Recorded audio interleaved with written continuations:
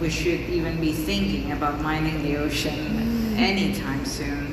As I have said, I think precisely the cause of the triple planetary crisis we live, the climate change crisis, biodiversity loss crisis, and pollution crisis, are caused by our overconsumption economic system that has relied on the overexploitation of natural resources, because in the end everything comes from nature, whether we are aware of it or not.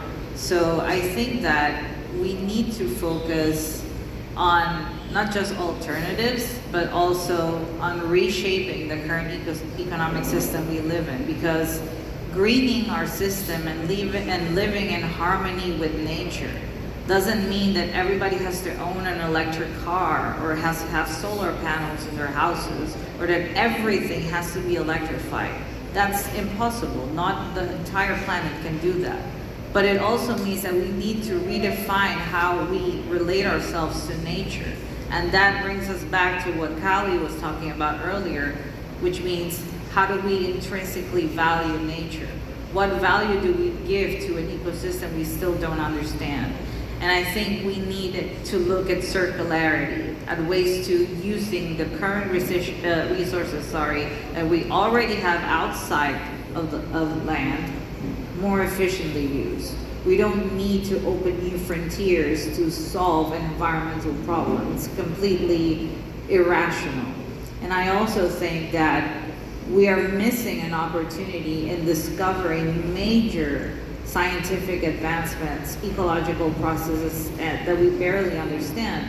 Just less than a year ago, there was a huge announcement that the polymetallic nodules that are the object of desire for extraction in the Tyrian-Clipperton zone produce or potentially produce dark oxygen, meaning that this would be the only area or the only organism on Earth that produces oxygen without photosynthesis, which is an incredible discovery alone. Of course, it still has a lot of study left to be done. I can't talk about that. I'm a lawyer, not a scientist, but that discovery alone just gives you an idea of how much wealth there is to know there that we still don't even understand. We could potentially have the cure for many diseases right now. We could develop new technology to make our systems or our cities more resilient to climate change.